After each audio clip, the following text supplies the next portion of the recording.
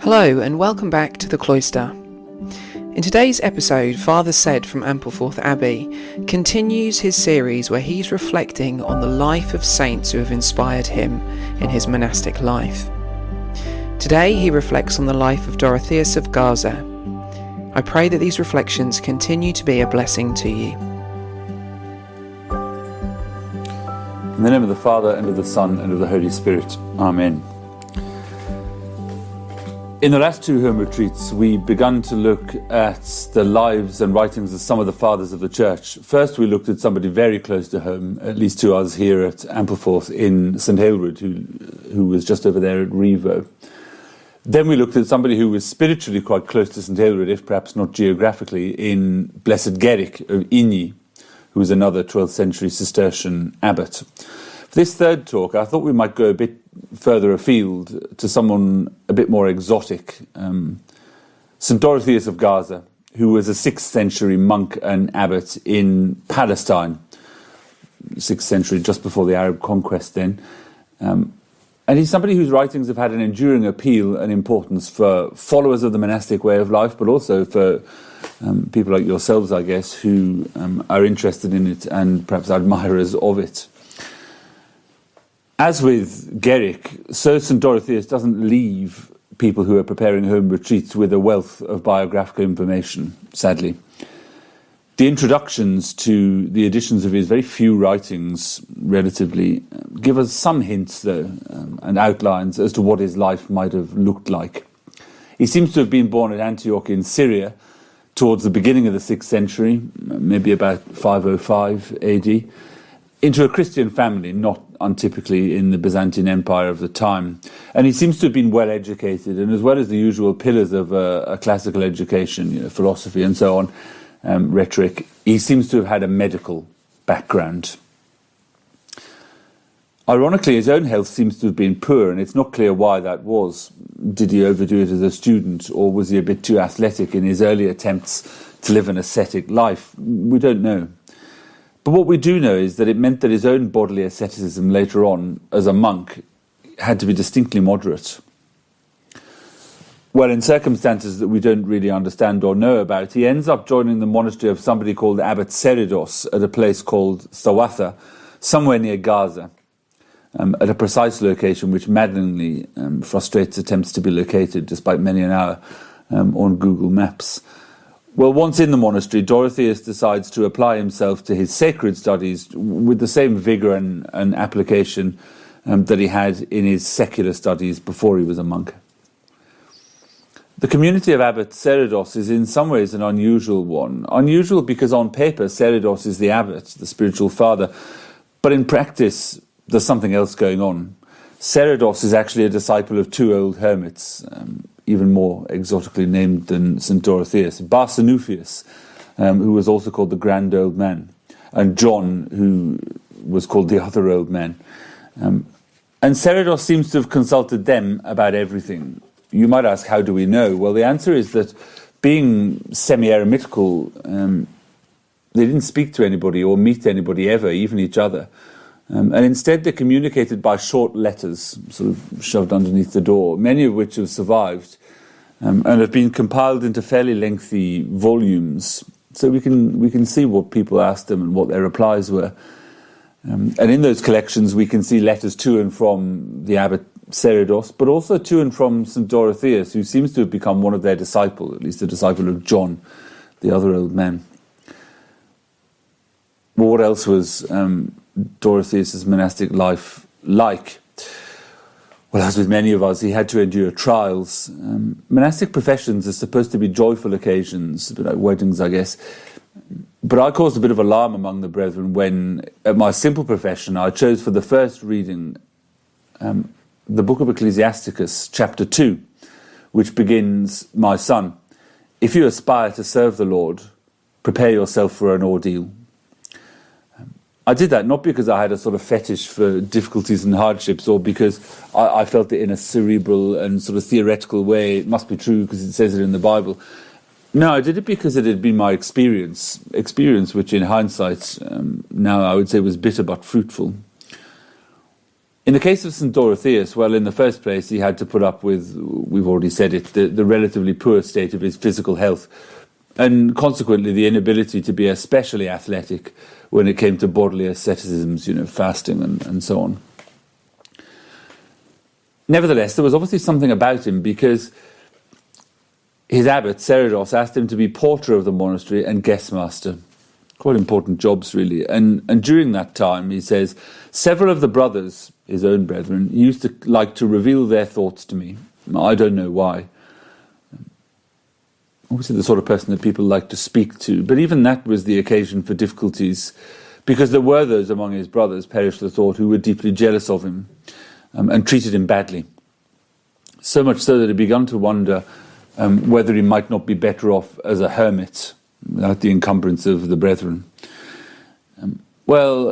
This pipe dream was scotched by the inevitable letter to, in this instance, the other old man, John, or more likely by his reply, because John told him that the hermit life was for the perfect, and for those who were still on the way to perfection, it was the road not to perfection, but to pride and spiritual ruin. So the ideas of becoming a hermit sort of bit the dust, really.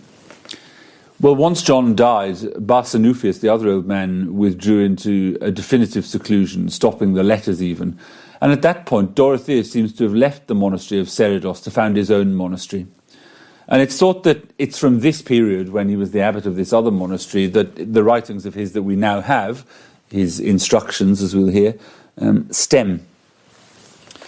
The Greek name for them was didaskalia, and as I just said, it meant something like lessons, teaching, instructions, a bit like the abbot gives us on a Wednesday night in the community here. And I'd like to spend the rest of this retreat talk sharing with you some of the quotations that have been important to me from Dorotheus, because there are lots, really.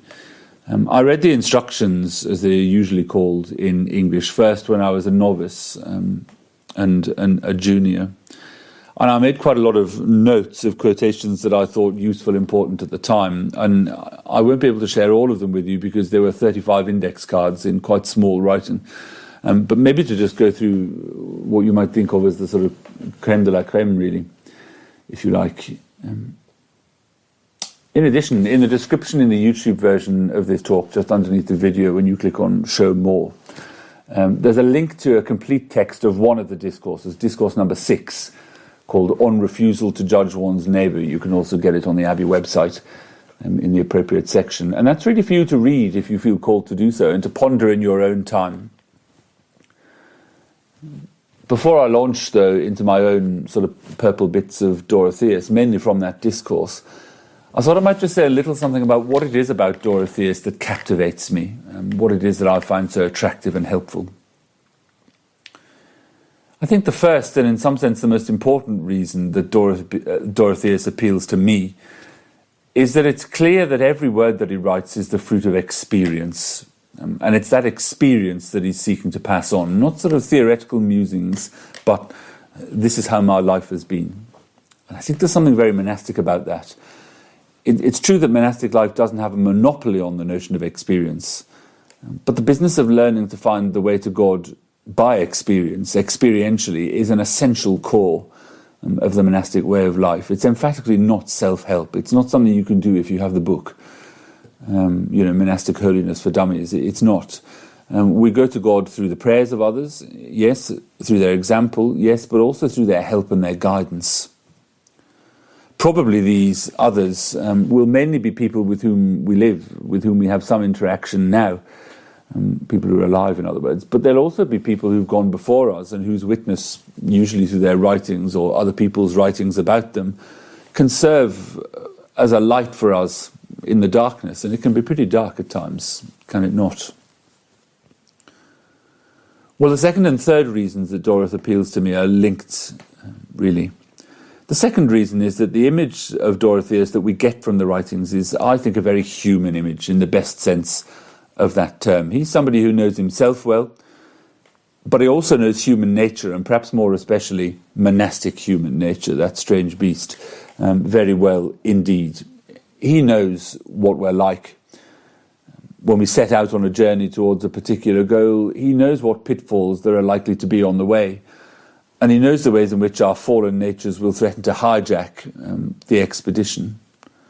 But he looks on all of that with a great deal of good humour. And he uses that humour, sometimes caricatures of the way monks are, to diffuse some of the tension that comes from the pitfalls and from our anxiety or experience of those pitfalls. It's true, they are serious, because life is a serious business. It's a one-shot thing, isn't it? But there's something even more serious, it turns out, namely God. And Dorotheus seems to think that it doesn't do to fall into that quite serious pitfall, which is the pitfall of taking ourselves too seriously. I guess we normally call that pride in its worst manifestation. So humour then. Dorotheus deliberately describes some things to us humorously. At other times, the humour is accidental. We end up being amused because we realise that what he's saying rings so true. It resonates with things that go on in the hidden depths of our own hearts. And in all this, he's helping us precisely not to take ourselves too seriously, but to be serious about God and our life. The third reason, which, as I said, is not a million miles removed from that second reason, is that Dorotheus is balanced. There's a great sense of balance in Dorotheus. Unlike people up in Syria at the time, chaining themselves to pillars or being on the top of the pillar or whatever, and even some of the more athletic asceticism of Egypt, there's a great balance up there in Gaza. And Dorotheus seems firmly to believe that the most important thing to do is to try to live properly the life to which God has called us. Because if we do that, we'll find that actually in that there is ample asceticism and opportunity for self-denial and self-transcendence. Getting away, in other words, from this tyranny, often, of following our own will. Well, maybe that's enough from me. Perhaps we can just finish now with a few quotes, just with the lightest bit of commentary from me to accompany them. The beginning of this talk on not judging the neighbour, he says this: "Brothers, if we call to mind the words of the holy old men, the fathers in the desert, of course, if we study them carefully at all times, then it'll be difficult to commit sin. It'll be difficult to neglect ourselves. For if, as they tell us, we do not despise things that are minor and seem to us to be of no account, then we shall not fall into things that are great and serious." Real wisdom there, isn't there? Look after the pennies and the pounds will look after themselves. As I'm always telling you, from these trivial things, from saying, what does this matter, what does that matter, the soul acquires a bad habit and begins to despise even great things. Do you see how serious a failure it is to judge your neighbour? I guess we often think of the big ticket sins as other things, and he's saying, judging the neighbour, it's bigger than you think. Indeed, what is more serious than this? For indeed, what does God hate or turn away from so much as this? As the fathers also say, nothing is worse than judging. And similarly, from these apparently paltry things, a person ends up in a situation of great evil. From accepting a small suspicion about the neighbour, a suspicion, from saying, what does it matter if I listen to what that brother is saying? What does it matter if I listen to what that brother is saying? What does it matter if I just say this one thing myself? What does it matter if I just see where this brother is going or what that stranger is up to? The soul begins to neglect its own sins and to concentrate instead on the neighbour. And finally, from this, it begins to pass sentence on the neighbour, to talk him down and to set him at naught.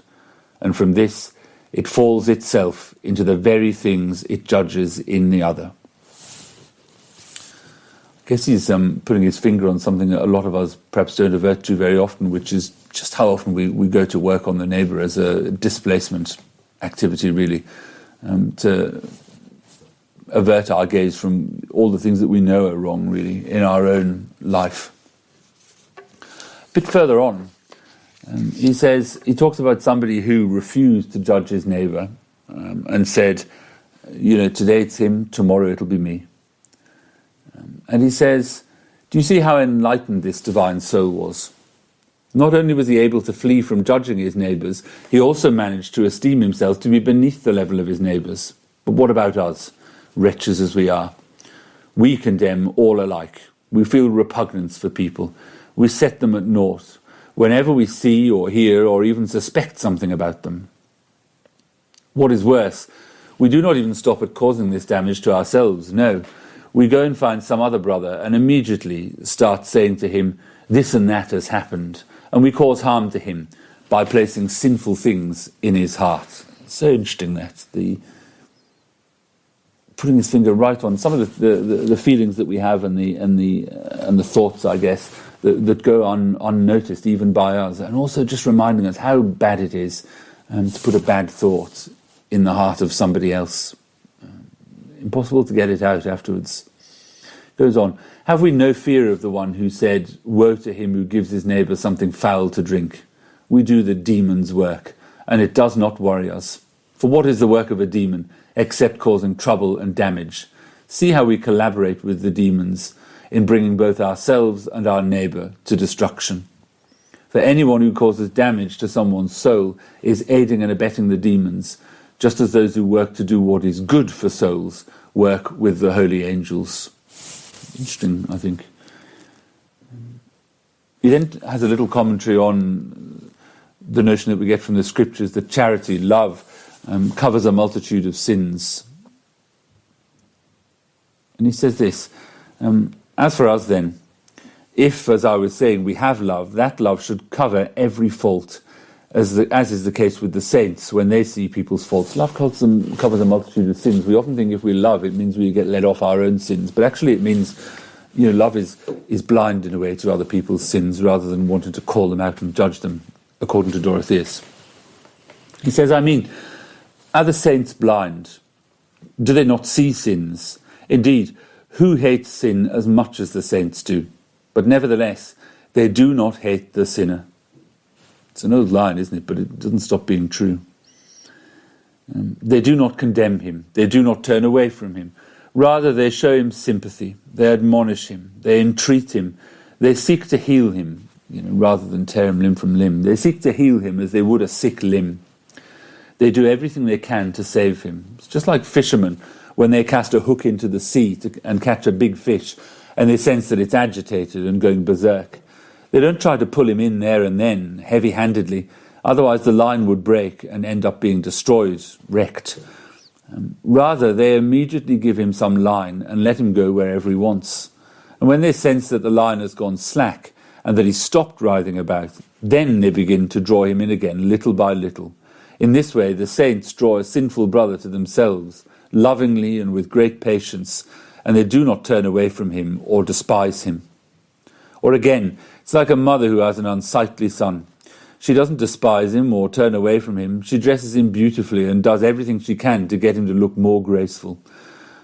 So the saints are always protecting, sorting out, and giving assistance to anyone who stumbles, setting him straight at the right time, so that he doesn't do any harm to anyone else. And in the business, they themselves also progress in the love of Christ. And then he tells a story which I think is very moving from the Desert Fathers. He says, what did holy Ammonus do when some brothers came to him stirring up trouble and saying, come and see, Abbot, there's a woman in the cell of brother such and such.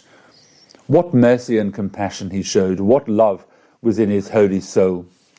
Knowing that the brother had hidden the woman under a barrel in the cell, he went and sat on it and told the others to search the whole cell.